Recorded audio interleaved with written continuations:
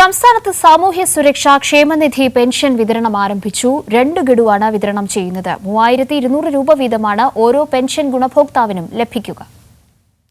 Bank account number നൽകിയിട്ടുള്ളവർക്ക് account വഴിയും മറ്റുള്ളവർക്ക് സഹകരണ സംഘങ്ങൾ വഴി നേരിട്ട് വീട്ടിലുമാണ് പെൻഷൻ എത്തിക്കുന്നത്. 62 ലക്ഷം ക്ഷേമ പെൻഷൻ ഗുണഭോക്താക്കളിൽ മസ്റ്ററിംഗ് നടത്തിയ മുഴുവൻ പേർക്കും തുക ലഭിക്കും. സഹകരണ സംഘങ്ങൾ നിയോഗിച്ച പ്രത്യേക ഉദ്യോഗസ്ഥരാണ് വീടുകളിൽ തുക എത്തിക്കുന്നത്. 2 മാസത്തെ പെൻഷൻ തുക ഒരുമിച്ച് ലഭിച്ച സന്തോഷത്തിലായിരുന്നു ഗുണഭോക്താക്കൾ. എല്ലാ സഹായങ്ങളും വേറെ ഒരു വരുമാനവും ഇല്ല. പണ്ടാണെങ്കിൽ കടയൊക്കെ ഉണ്ടായിരുന്നു. ഇപ്പം ഇതുകൊണ്ട് നമുക്ക് എല്ലാ കാര്യവും പെൻഷൻ പൈസ കിട്ടുന്നതുകൊണ്ട് ഗുളിക വാങ്ങിച്ച് കഴിക്കണം. ഇത് കിട്ടിയതൊരു ആശ്വാസമുണ്ട്. വെള്ളം കുടിക്കാം, വയസ്സായ കാലത്ത് വെള്ളം കുടിക്കാം. വളരെ ആശ്വാസമാണ് ഈ പെൻഷൻ കിട്ടുന്നത്. നമുക്ക് വേറെ വരുമാനം ഇല്ലല്ലോ. ഭയങ്കര സന്തോഷമല്ലേ പെൻഷൻ കിട്ടായതുകൊണ്ട്. പിന്നെ അത് അവരില്ല. പെൻഷൻ വരുന്നത് നോക്കിയിരിക്കുകയാണ്. അതെ, ഞാൻ നോക്കിയിരിക്കുക.